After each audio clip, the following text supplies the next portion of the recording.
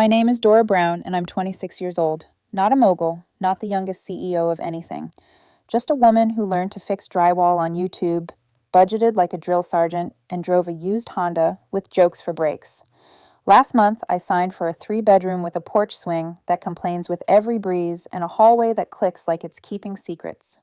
My first house. Not a mansion. Just space that finally answers to me. I should have shouted it from the rooftops. I didn't. I come from a family where pride comes with a receipt, and the receipt always has my sister Emily's name on it. Emily, 2 years older, glittered since birth, cheer captain, straight-A smile, allergic to accountability. She's currently a lifestyle auto influencer, which near as I can tell is filming mirror selfies in dealership bathrooms and calling it marketing. My parents eat it up like it's a Michelin tasting menu, ambitious, visionary, so brave to chase dreams.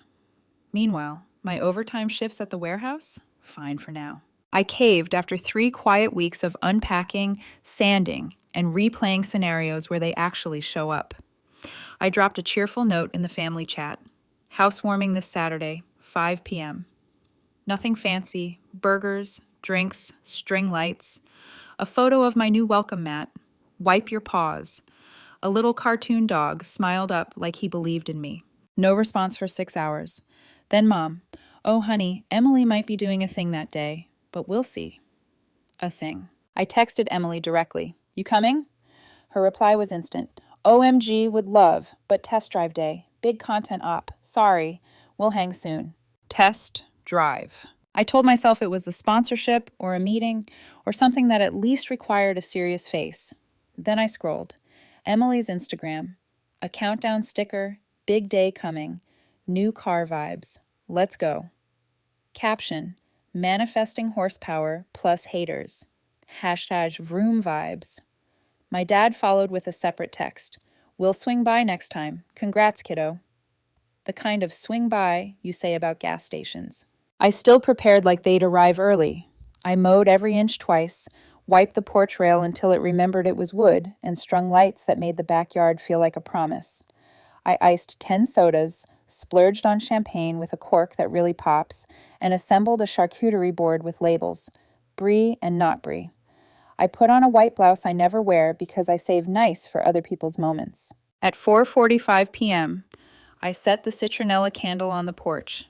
At 5:30, the cheese began to sweat in solidarity. At 6:15, the truth parked itself beside me. They weren't coming. Not because of a flat tire or emergency, because my sister had an opportunity, and I wasn't one. I thought about calling coworkers or my friend Joe, the one person who likes my dry jokes. It felt too needy, like sending a 10 p.m. You up? To people who already knew they weren't plan A. So I popped the champagne alone. The cork shot into the ceiling like it was escaping.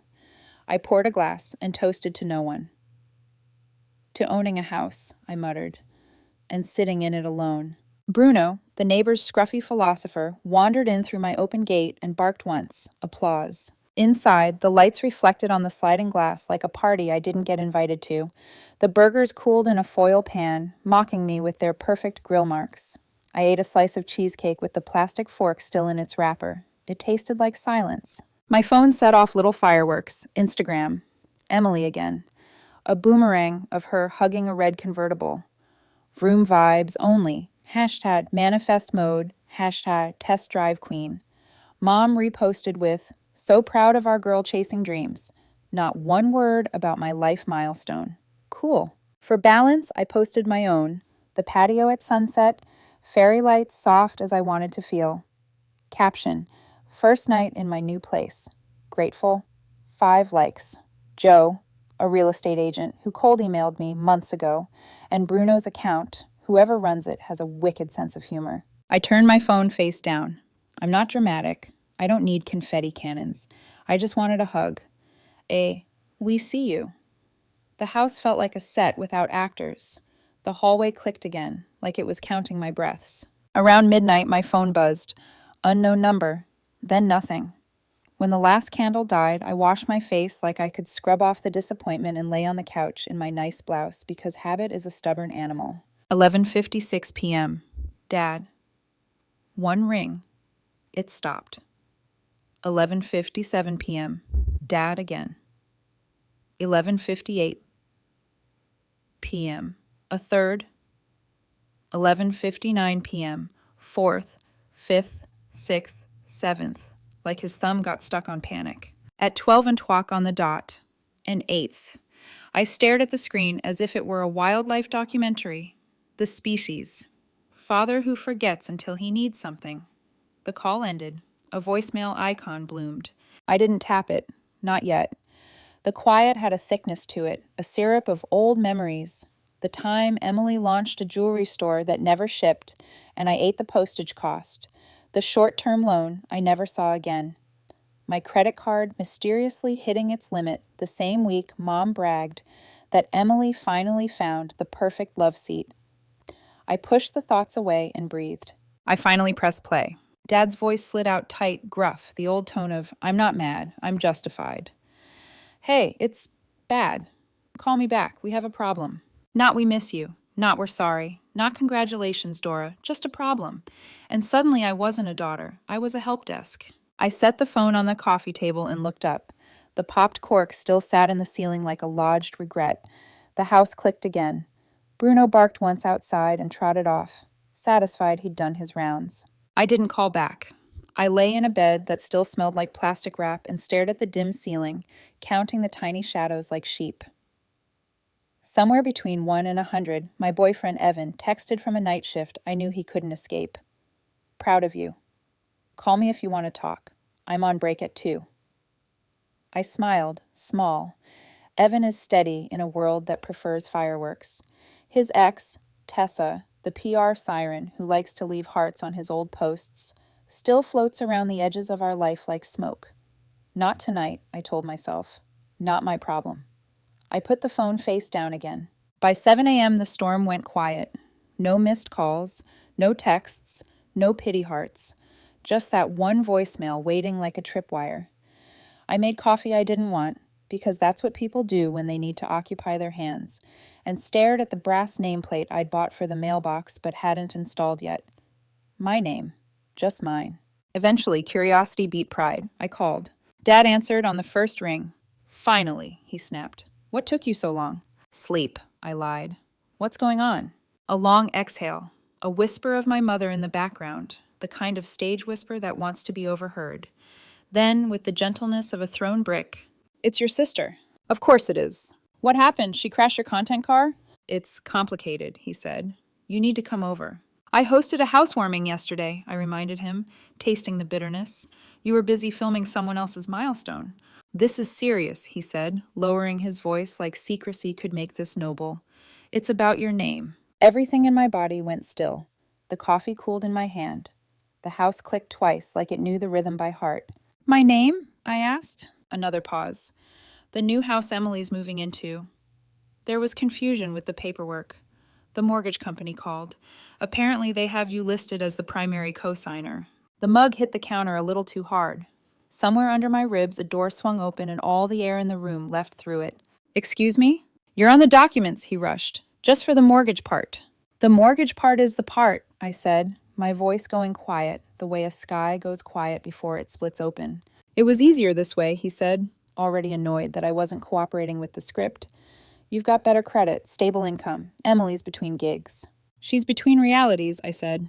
So you forged my name? No one forged anything, he snapped, which is what people say when they absolutely did.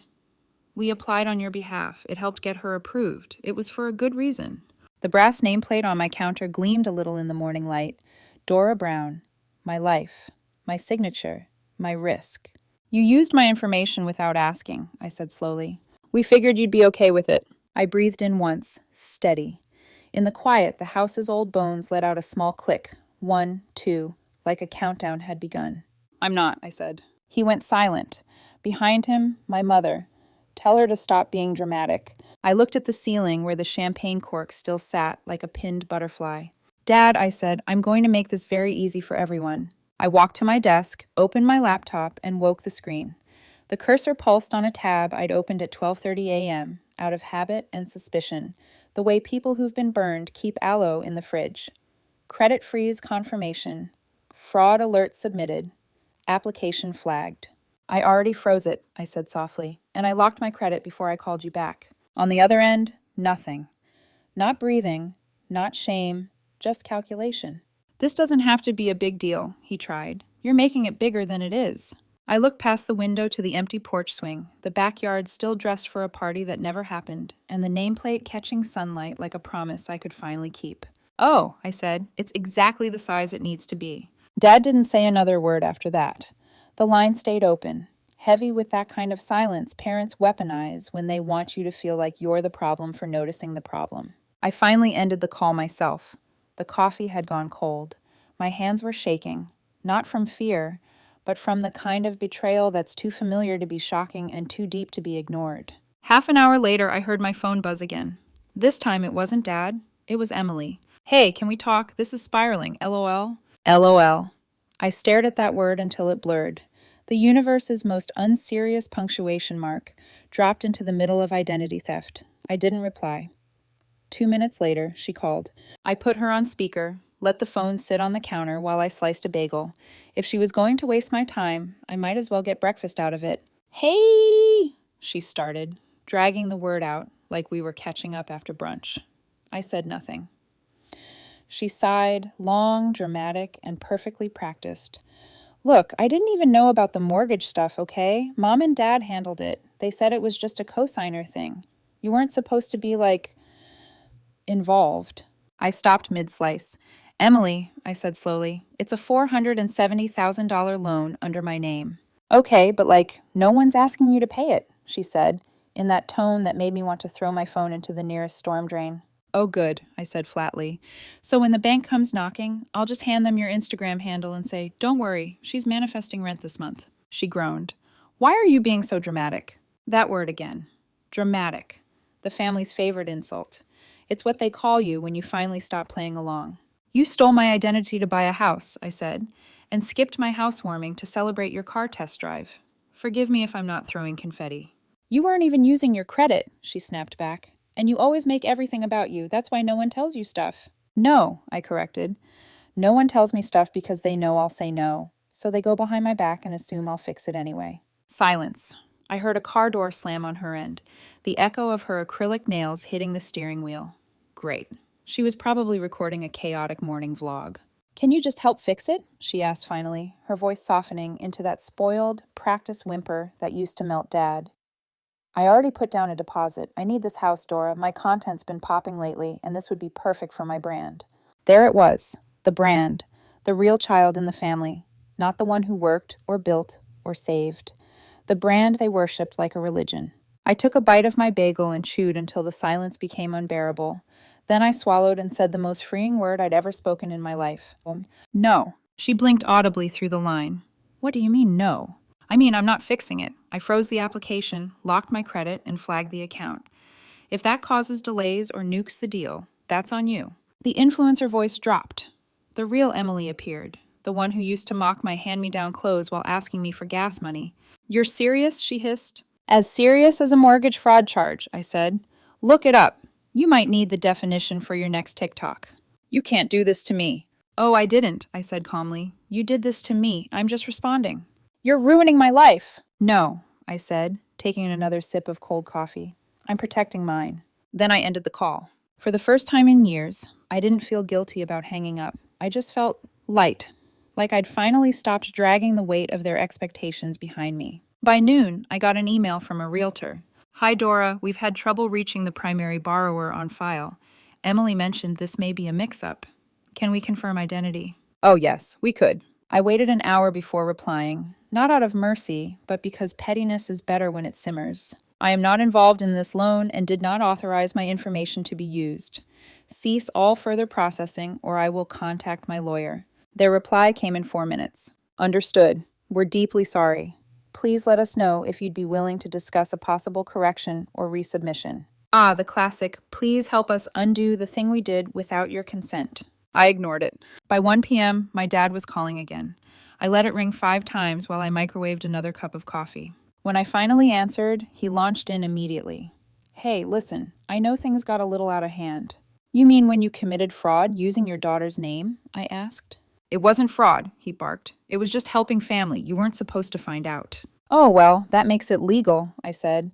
Should we all just start opening credit cards for each other now? I'll grab Emily's social security number and finance myself a boat. You don't need to be a smartass, he said.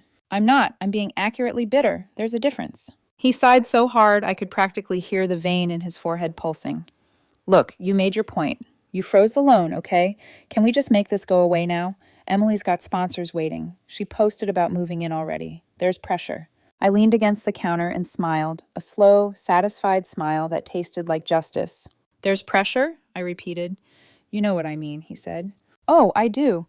There's pressure because you built a house of cards on my name, and now it's falling. Not my problem. It wasn't malicious, he said. We just figured you'd help. You're the stable one, the responsible one, the one who always lands on her feet. And the one you ignore until you need something, I added. Let's not forget that part. He went silent. I could hear my mom whispering something in the background, her voice sharp with panic. Then Emily's voice cut in, high-pitched and frantic, like a seagull trapped in a windstorm, talking about brand deals, contracts, moving trucks, timelines. The empire was crumbling, and I didn't feel bad, not even a little. She just needs help, Dad said finally, quieter now, like defeat was starting to sink in. You always find a way to handle things, Dora. She doesn't. I closed my eyes and took a slow breath. Maybe if you'd let her fall once in a while, I said, she'd learn how. Then I hung up. By late afternoon, Emily posted a new story. No filters this time. Just her, sitting in the front seat of that same red convertible, eyes red from crying, or pretending to. So, small delay in house stuff. People be trippin'. Life's wild. Anyway, catch me on live tonight for updates. LOL. And right beneath it, a message request from a realtor assistant. Would love to resolve this privately. Are you open to negotiation? I clicked ignore. Then I took the rest of the day off work, sat on my back porch, and grilled the leftover burgers from the housewarming that never happened. Bruno sat beside me, tail wagging, waiting for his share. At least someone showed up. As the sun went down, I finally exhaled. The world was still spinning. My credit was safe, and for once, so was my peace. But that night, around 10 p.m., my phone buzzed again, this time from my boyfriend, Evan. You okay? I saw Emily's cryptic post. She's baiting sympathy again. I smiled. He always saw through the noise. Yeah, I typed. They tried to play me. Didn't work. He replied with a single line. Good. Boundaries look good on you, Dora. I stared at his message for a long time, the warmth creeping into the quiet, because for the first time in my life, I wasn't cleaning up anyone's mess. And that, I decided, was the best kind of beginning. The next morning, I woke up to the sound of my phone buzzing nonstop. For a second, I thought maybe the universe had shifted. Maybe Emily had finally apologized. Maybe my parents realized how far they'd gone. Then I saw the screen. 12 notifications, all from Instagram. Emily had gone live. The thumbnail alone made my stomach twist. Her sitting on the floor of an empty living room, wearing a hoodie that screamed vulnerable but aesthetic. Big black and white filter. Sad piano soundtrack. Caption. Sometimes family hurts you in ways you never imagined. I trusted someone I loved, and now my dream home might slip away. Please be kind. Within minutes, her followers were swarming. You don't deserve this, queen. Who would do that to their own sister? Stay strong, babe. God's testing you. I didn't have to click play to know what came next. Emily was spinning it. She was framing herself as the victim. Tragic, hardworking, betrayed by the jealous sister who couldn't stand her success. I poured my coffee and scrolled. Sure enough, she was crying on camera, voice shaking just enough to sound authentic. And now the bank says the loan's frozen. Like, I literally don't know what happened. Someone must have reported something. I don't want to name names, but family should lift you up, not tear you down. She didn't need to name names. Her followers knew exactly who to blame. By the end of that hour, I had DMs from strangers calling me bitter, insecure, the jealous sibling who wants attention. I almost laughed. They didn't know that the attention I got was being used like a tool my whole life. Still, I couldn't just sit and let her rewrite the narrative. So I opened my laptop and started typing. Subject, timeline, mortgage incident. Attachments, screenshots of the realtor's emails, bank notifications, and yes, the voicemail from Dad. 5 words. We have a problem. I didn't post it publicly yet, not because I was scared, but because timing mattered. My boyfriend Evan called as I was compiling everything. You're quiet, he said. That's usually your I'm collecting receipts face. You're not wrong, I said. She went live. She's painting herself as the victim again. I saw, he admitted. Tessa reshared it on her story. Of course she did. His ex, Tessa, had always adored Emily's perfect filter life. The two of them used to post selfies together when Evan and I first started dating. Just girl boss things, they'd caption. I gritted my teeth but stayed calm. Let her. They're both addicted to appearances. Evan's voice softened. Do you want me to say something? No, you don't need to fight my fights, I said, staring at my open folder of screenshots. I'll handle it the way I always do, with evidence. He was quiet for a beat, then, boundaries and receipts. You're unstoppable. I smiled. I'm learning. By noon, the internet started to turn. Someone, God bless the internet detectives, posted a screenshot in the comments of Emily's video. It was from a real estate listing showing the mortgage pre-approval form. My name was right there. Primary cosigner, Dora Brown. Within an hour, the comment section mutated from sympathy to confusion. Wait, if Dora's on the mortgage, what's the issue? Did she really use her sister's credit? Yikes, that's shady. And then came the screenshot of Emily's own old post, the one from the test drive day. Caption, manifesting approval vibes for my dream home. The same day as my housewarming. The internet doesn't forget. By 3 p.m., her comment section turned into a battlefield. Fans were arguing. Supporters were deleting old defenses. Even a few influencer T accounts started picking up the story. One headline read, Car influencer's mortgage drama exposes family rift. Who's the real victim? Spoiler alert, it wasn't her. I didn't post anything, not yet. Watching the truth unravel on its own was satisfying. By 4 p.m., Emily had turned off her comments. By 5, she deleted the video entirely. At 6, my dad called again. What did you do? He barked. I blinked. Me? You know what I mean. Your sister's falling apart. People are attacking her online. I didn't post anything, I said, and it was the truth. The receipts posted themselves. This is ruining her reputation, Dora. She ruined it, I said quietly. I just froze my credit. You could have come to us instead of the internet. I didn't go to the internet, I snapped.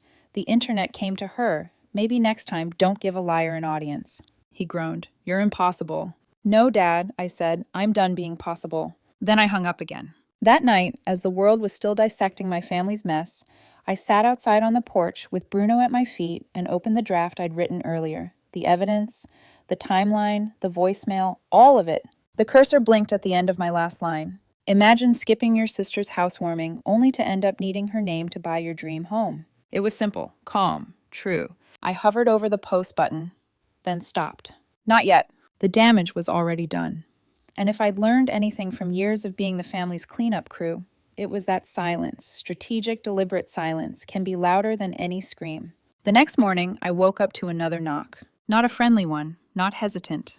4 sharp thuds, impatient and heavy. Bruno barked once, my heart dropped. I already knew who it was. Emily. And judging by the tone of that knock, this wasn't going to be another hey sis conversation. I walked to the door, took one steady breath, and opened it. There she was. Designer sunglasses, oversized hoodie, and fury written all over her face. You didn't answer my messages, she snapped. You mean the one that just said wow, or the one with the eye roll emoji? She pushed past me like it was still her house. You don't get to ruin my life and then ignore me. I didn't ruin anything, I said. I just stopped letting you take whatever you want. Her jaw clenched. You always play the victim. You think you're better than me now? No, I said calmly. I just finally know who I am. Her eyes flashed. You're going to regret this. I tilted my head. Funny, I already don't. The air between us thickened, years of resentment condensed into a single moment. And as she stood there, trembling with rage and entitlement, I realized something incredible. For the first time in my life, I wasn't scared of her. Emily stood in my living room like she owned the place. Same confidence, same perfume, same delusion. The irony was sharp enough to taste. She was furious about being locked out of a dream built on my name. I leaned against the doorway, arms crossed. You want water? Or just the floor for your performance? She glared. Funny, you always think you're so calm when you're really just cold. No, I said evenly. I'm just done explaining myself to people who never listen. She tossed her designer bag on the couch like she used to when we were teenagers, and I'd clean up after her. You have no idea what you've done. I'm losing everything. The house, the deal, the sponsors, they all think I lied. You did lie. It wasn't like that, she snapped. Mom and Dad said it was fine. You weren't supposed to know. I didn't think it was a big deal. My laugh came out hollow. Right. Identity theft. Minor misunderstanding. Emily's jaw tightened. You think this is funny? I think it's poetic, I said. You skipped my housewarming to show off your car, and now you're standing in the house you tried to steal. She blinked. The silence was long enough for the sound of Bruno's nails clicking on the floor to fill it. Finally, she said, You don't get it. I built a following. People depend on me.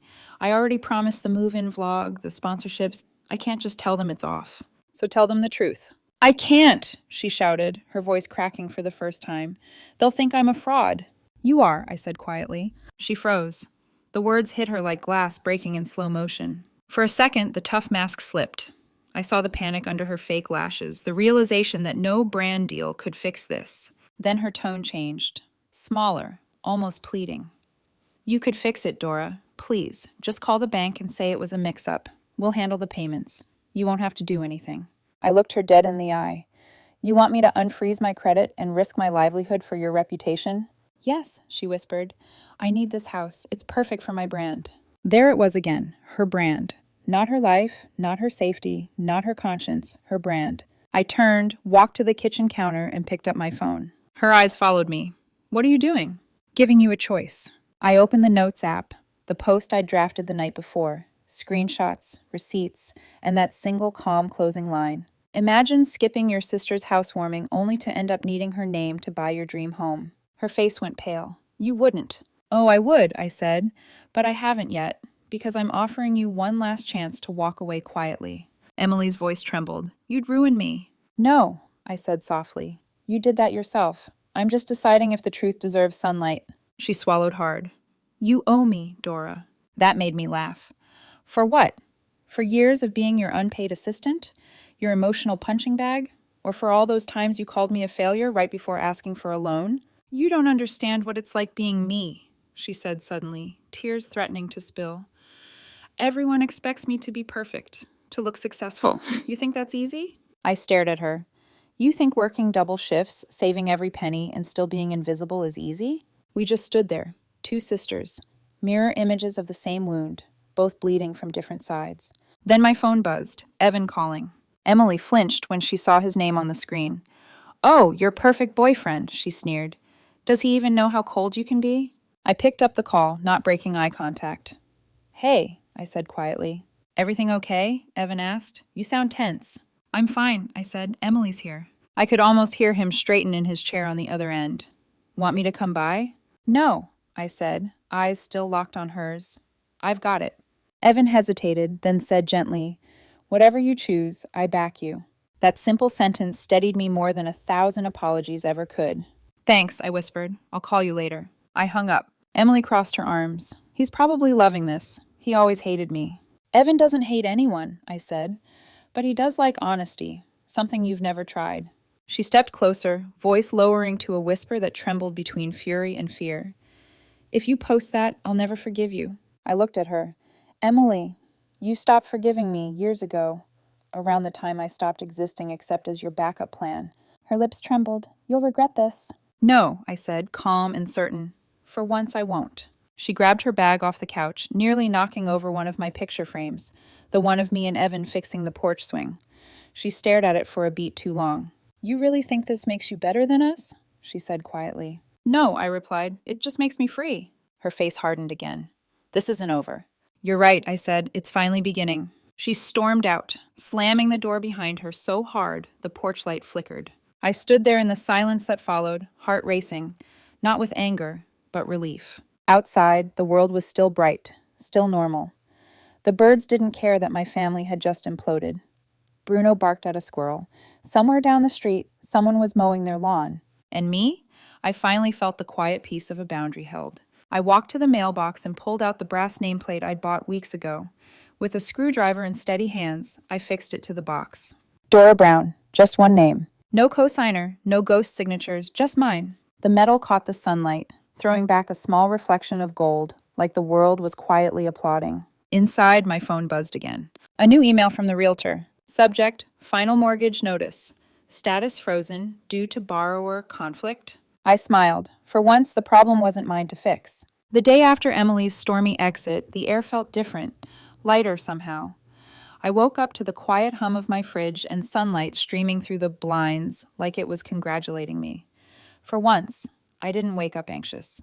I didn't grab my phone expecting an emergency. I made breakfast, actual breakfast. Eggs, toast, and coffee that wasn't reheated twice. Bruno sat at my feet, his eyes begging for crumbs, while I scrolled through my messages.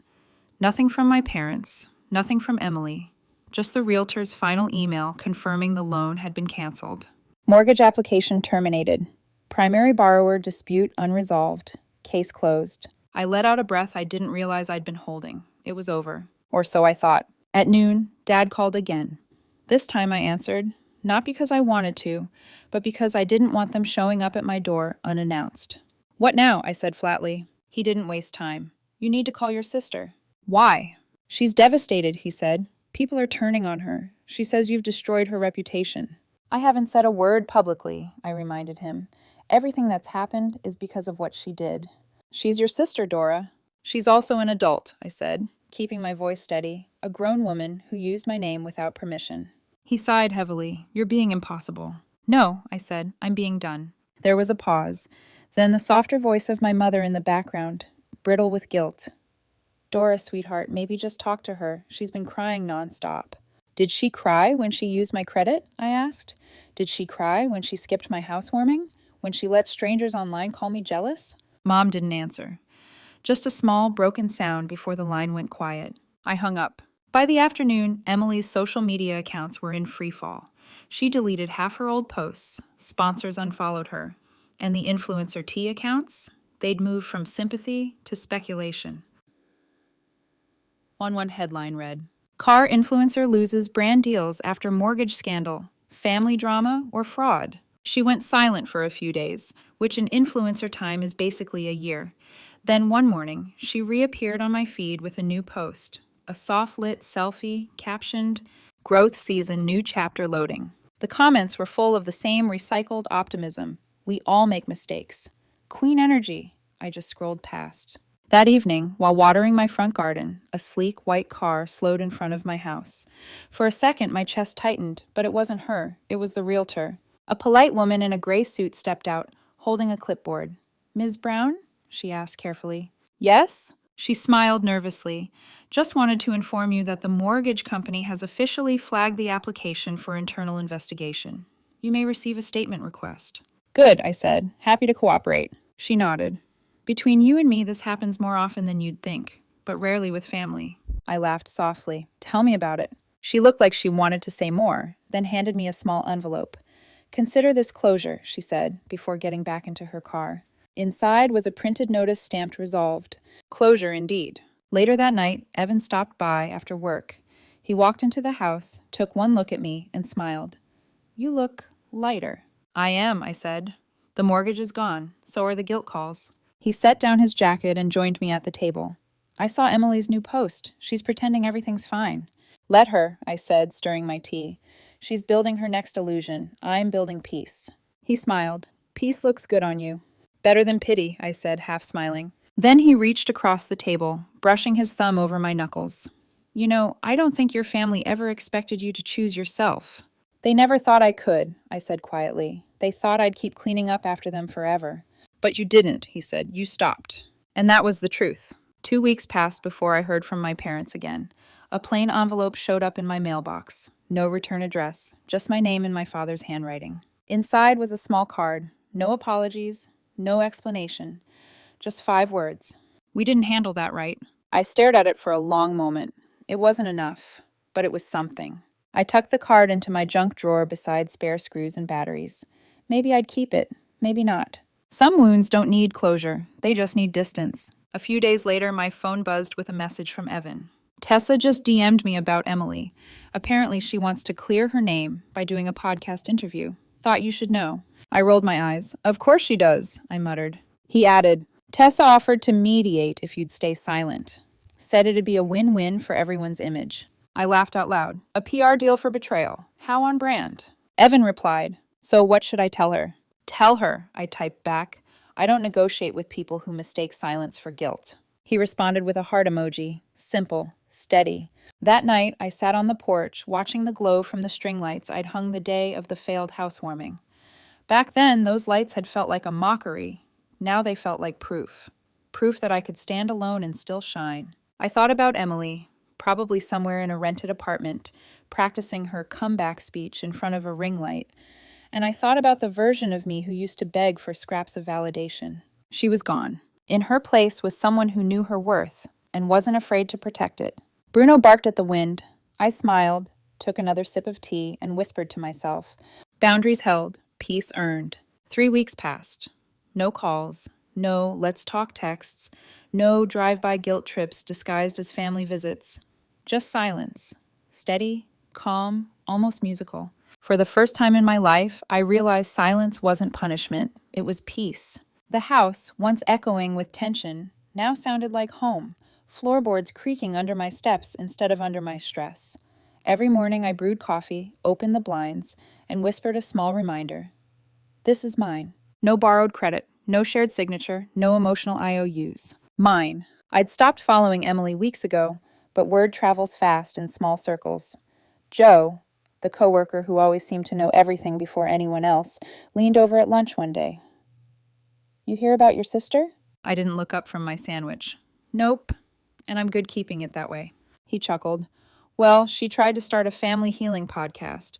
Lasted 1 episode before people brought up the mortgage drama in the comments. I nearly choked on my water. A healing podcast? Yeah, she called it Real Roots or something like that. Deleted the trailer after a day. I couldn't help but smile. Guess some roots rot too deep to regrow. Joe grinned. You want me to send the screenshots? No, I said, shaking my head. I'm done collecting evidence. And I meant it. That evening, I came home to find a small box sitting on my porch. No return address. Inside was a folded note written in my mom's handwriting. We miss you. We're proud of you. Let's start over when you're ready. Beneath it was a cheap ceramic mug, the kind with a quote printed on the side. Family, where life begins and love never ends. Except sometimes it does, or maybe it doesn't end. It just evolves into something quieter, safer, more honest. I placed the mug on the counter, read the note twice, then tucked both into the drawer with the old card from Dad. Not out of spite, out of boundaries. They were trying, clumsy, late, imperfect, but trying, and I wasn't ready yet. That had to be okay. One Friday night, Evan stopped by after work. We grilled on the back patio, the same spot where I'd once sat crying over untouched burgers in silence. You know, he said, flipping a patty, I like this version of you. What version is that? I asked, smiling. The one who doesn't flinch when her phone rings. I laughed softly. Yeah, it's nice, peaceful. He nodded. And maybe next time when you're ready, we host a real housewarming. One where people show up because they want to, not because they feel obligated. Maybe, I said. But for now, I'm good with just us. And Bruno. At his name, the dog barked from under the table, tail wagging, like he understood his honorary guest status. Evan leaned back, eyes reflecting the soft glow of the string lights. You know what I love about you, Dora. What? You never post about your wins. You live them. I smiled, setting my drink down. Posting's easy. Living's harder. He nodded. And better. Later that night, after Evan left, I walked down the path to my mailbox. The brass nameplate gleamed under the porch light. Dora Brown, catching bits of moonlight like it was wearing armor. I ran my hand over the letters, tracing the curve of my name. Each syllable felt earned. I thought about the girl I used to be, the one who begged for approval, who measured her worth by how fast she could fix other people's chaos. She'd built this home, brick by brick, sacrifice by sacrifice. But I, the woman standing here now, kept it safe. I unlocked the door, stepped inside, and turned off the lights. The house settled into its familiar hum, the sound of comfort and closure. Before heading to bed, I glanced once more at the brass nameplate through the window. The reflection looked almost like a promise. No one borrows your name again. I smiled, because they missed the housewarming, but I didn't. I showed up, and that, I finally knew, was enough.